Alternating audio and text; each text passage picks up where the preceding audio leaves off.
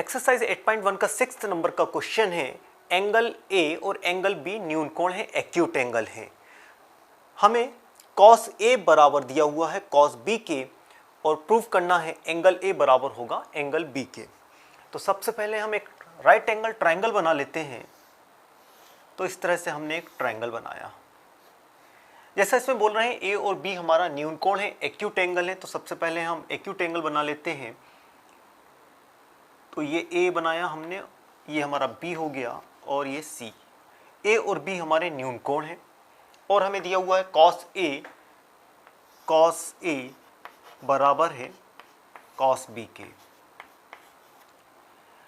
हमें जब हम cos ए की बात करते हैं, cos ए, तो cos ए का जो फॉर्मूला होता है base upon hypotenuse, base upon hypotenuse.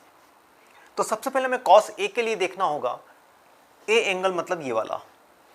इस एंगल की यदि आप बात करते हो तो हमारा ये परपेंडिकुलर हो जाता है, ठीक इस न्यून कोण के सामने वाला, एक्यूट एंगल के ठीक सामने वाला परपेंडिकुलर होता है और ये हमारा बेस होता है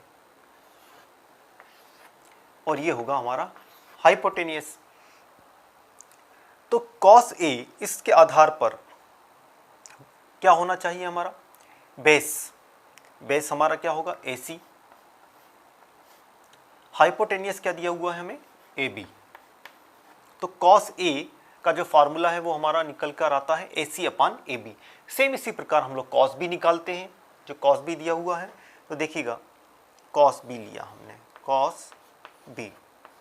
cos B का जो फार्मूला होता है हमारा बेस अपॉन हाइपोटेनियस, उसका भी वही होगा base upon hypotenuse, base upon hypotenuse. जब हम इस B एंगल को लेंगे, इस एंगल को लेंगे, तो उस कंडीशन में हमारा परपेंडिकुलर ये सामने वाला हो जाएगा। तो ये ध्यान रखना है। अब हमारा इसके ठीक सामने वाला परपेंडिकुलर होगा, यानी ये परपेंडिकुलर हो गया, ये हमारा बेस हो जाएगा, हाइपोटेनियस तो यही रहेगा। तो cos B को जब निकालेंगे तो बेस अपॉन हाइपोटेनियस, तो बेस क्या होगा हमारा BC, हाइपोटेनियस क्या होगा हमारा AB। अब जैसा कि हम लोगों को मालूम है कि cos A बराबर है cos B के, तो ये AC अपॉन AB बराबर होगा BC अपॉन AB के। तो ये दोनों हमारे कैसे होंगे बराबर होंगे।